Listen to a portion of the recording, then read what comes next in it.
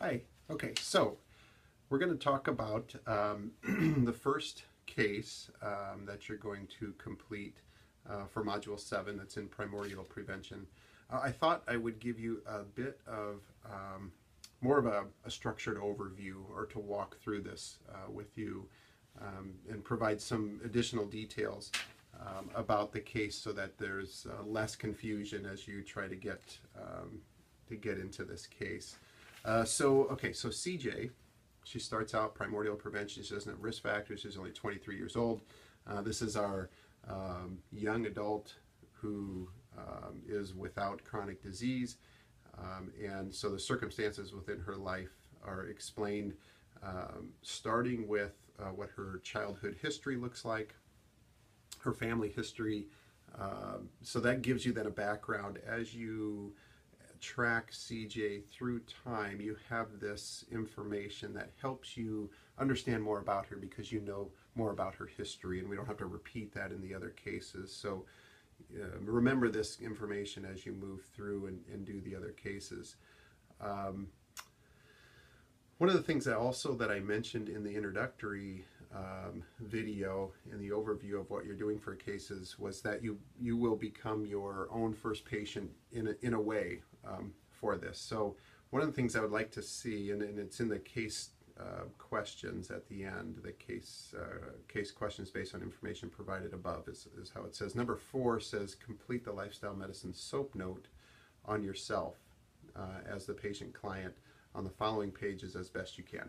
Okay, so we're going to walk through those pages and what those mean, but for this assignment and what I would expect from you is that you fill this information out as best you can with the information that you have, thinking about the questions for yourself.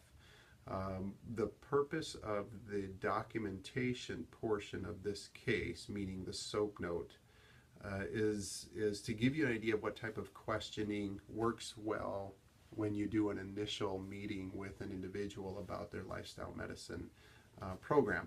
So, of course, when you develop a program, you don't want to just jump in and say, this is what you're going to do. You're going to walk 30 minutes, you're going to eat 5 servings of fruits and vegetables a day, and on down the line. You need to know information about them first, right? Because this is personalized to them. This is all about what they need. So getting that information from them takes time. And just to give you by way of reference for you, the documentation to go through this in a fairly brisk way takes us about an hour to do that with an individual. Just this first SOAP note part of the documentation and the questioning and having a discussion like this. Part of this has, it takes a while because, part of this is a conversation with them, but it's very good because what you're doing is starting to build that relationship with the individual you're working with. And that's important that it takes a long time. So you don't want to rush that. Of course, you don't want it to take 3 hours either, but it seems like an hour works well for that. One of the things I wanted to give you a heads up on that you are going to consistently do as you walk through these cases is calculate a cardiovascular risk, a 10-year cardiovascular risk. What this means is, what are the chances of this individual having a cardiovascular event in the next 10 years? I provided a link for you on how you calculate that. And there's a couple different ways to do it depending on what kind of data you have to put in there. It's an online calculator. And so it gives you a percentage. Probably the most importantly, though, then that number is converted over to what an estimated heart vascular age would be. And this is the number that resonates with the patients, clients, participants that you're working with. So, for instance, the average age of the people in our cardiovascular and diabetes risk reduction program when they come in is 52. So we calculate, based on their risks in this calculator, what their CVD 10-year risk is. That number is difficult for them to wrap their arms around. Do I have a 15% risk of having something happen to me in the next 10 years? What does that mean? That's hard to think in terms of percentages. So the great part about this is you can convert that then to what an estimated heart vascular age is, and that number makes sense for them. So based on their risks, being age and other risks that they have, blood pressure, cholesterol, perhaps weight, whatever, which depending on the formula you use, what is the age of their heart compared to their biological age? That makes sense for people. So for instance, 52 years old, an individual is their heart age, if it is 70, that's going to resonate with them to say, wow, okay, so I'm 52, but my heart is actually 70.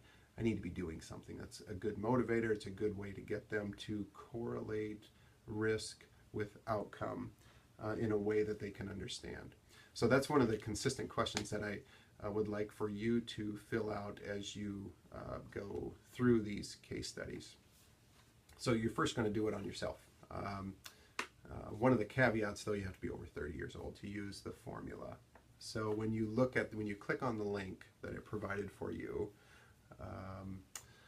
read the criteria that's up top about who this applies to. So if you're not 30 years old, you can still calculate risk, of course, but it's not going to be accurate, statistically accurate there.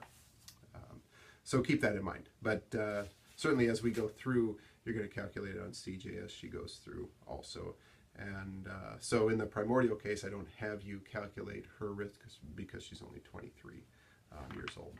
Okay, so I'm going to walk through the documentation piece of this, and if you need to pause the video and look at it some more, and then start it again and listen as you go through, do it however it works best for you. And I'm going to roll through this pretty quickly to keep this video not too long, because this can take quite a while.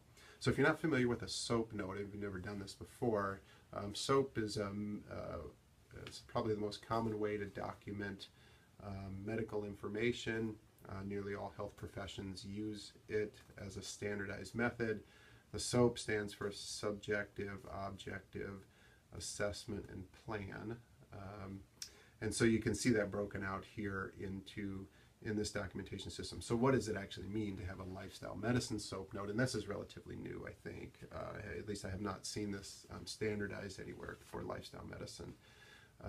And part of what your readings are also for this module in the textbook talks about lifestyle medicine vital signs. And what is that? We're used to vital signs being heart rate, blood pressure, body weight, those types of things. But what are the vital signs related to lifestyle medicine? Something new to start thinking about, and that certainly is included in the SOAP note. So in the first page there under the objective information, if you don't have your total cholesterol and LDL and that type of information, that's okay. You're not required to go out and get that for this assignment. But if you do have it, plug it in to filling out this assignment there. One of the things that's important, I think, is to sometimes get a baseline idea of how many calories folks are taking in. And you'll talk about this more as you get to the nutrition course in particular, but there's some obvious errors in recording and getting that type of data. But sometimes it's a good baseline to get caloric intake. Sometimes not. Depends on the individual. In our program, everybody gets a pedometer, so we have them wear it for a week or so to get a base and not change their activity and get a baseline of what their activity level looks like, as opposed to saying everybody needs to walk 10,000 steps a day or 7,000 steps a day or whatever. We need to know baseline first, and then we use that number and increase it a percentage. That's pretty consistent, somewhere between 15 and 20, depending on the individual, percent from wherever their baseline is as a goal, if the pedometer is something that's motivating for them. Okay, so then getting to the nutrition part, this is talking about a line of questioning that I go through with folks to get information about them, to understand more about them. Because of course you don't want to just say, this is what your lifestyle medicine program should be. You want to know information about them so you can make it specific. So the first thing I always ask is these are open-ended questions, of course. And this is a conversation that we just have sitting around a table. So describe what your eating habits are like. In your own words, just describe what it's like. And you can get a lot of information from folks when they just start talking like that. And then I ask them this question. On a scale of 1 to 10, 10 being the best, one being the worst, how would you rate your overall eating habits? So this starts to get them to think about applying a numerical value to their eating habits. And why is that important? Because there's a reason why they chose the number they chose. So say they pick a 5. Okay, so that's great. The number really doesn't matter, but it gives you an idea of what their perception of their eating habits are like and why they chose the number that they chose. Okay, so say they picked a 5. The next question I ask them is, okay, so that's great. Whatever you tell me is great. First of all, why is it not a 4? That's the next question I ask. So if you say your number is a 5, why not a 4? And the reason I ask that is because they chose 5 for a reason. So when they're processing, thinking about what number would be appropriate, they're thinking, well, I do this right, and I do this right, and I do this right. So it's a 5. So I want them to start articulating that. This is what I'm doing well in my daily eating habits. Those are the things that you then pick up on as their health and wellness coach or someone that's working with them. Say, okay, we're gonna capitalize on what you're doing well, and we're gonna promote that, and we're gonna talk about how you are doing something right here. So those are the things that you want to document there. Okay, so then the next thing that I ask is, okay, so what would get you from a 5 to a 6? In your mind, what do you think you would need to do to get to a 6? And then they start saying, well, I could do a little more of this, I could do a little less of this, I could change this, I could do this. And of course, these are all over the board depending on what the individual. But why is that important? It's important because that's actually where you start for nutrition goals. They are articulating to you what their goals could be. And so then you write those down and you use those later as part of your goals for them. For physical activity, it's similar in that way. You want to get an idea instead of just saying, everybody walks for 30 minutes. You want to get an idea of what they have done in the past, what their likes, what their dislikes, what their biases are towards certain physical activities, towards physical activity in general, what they tried in the past, what may have worked, what didn't work. All that information is great. Again, one of the consistent questions is, what are the barriers? So in your mind, and this is careful on how you word this, and I don't use this phrase, but I essentially say, give me every excuse in the book that you've ever told yourself not to eat better, not to exercise today. So when you get up in the morning and you plan on exercising today, but it didn't happen, why? So let's list all of those barriers out. And that, you don't want to say excuses. I usually use what got in the way from you exercising. And that's usually a good way to say it. And those barriers can be all over the board, regardless of how you feel about them as being legitimate or not. Doesn't make any difference, because again, it's not about you, it's about them. And if it happened to them, if they didn't exercise because of a particular reason, then it's real for them, and that's a barrier, and that's something that you can help them work through. The rest of it is pretty self-explanatory as far as this goes. And lastly, in the readiness and confidence to participate questionnaires, there's some information in the book on this, and I'd encourage you to read those. Page 24 and 25 talks about this and how you use these particular tools. So I encourage you to go read those. But this is essentially where, combined with the information that we got in our interview, this gives us an idea of where we start for the type of lifestyle interventions we're going to implement first, and then second, and then third. It gives us a place to start, what they're ready to do, what they're confident that they're going to be able to do. So there you have it. That's your primordial prevention overview. Good luck. Let me know if you have any questions. This is a good one to get started with. Thanks.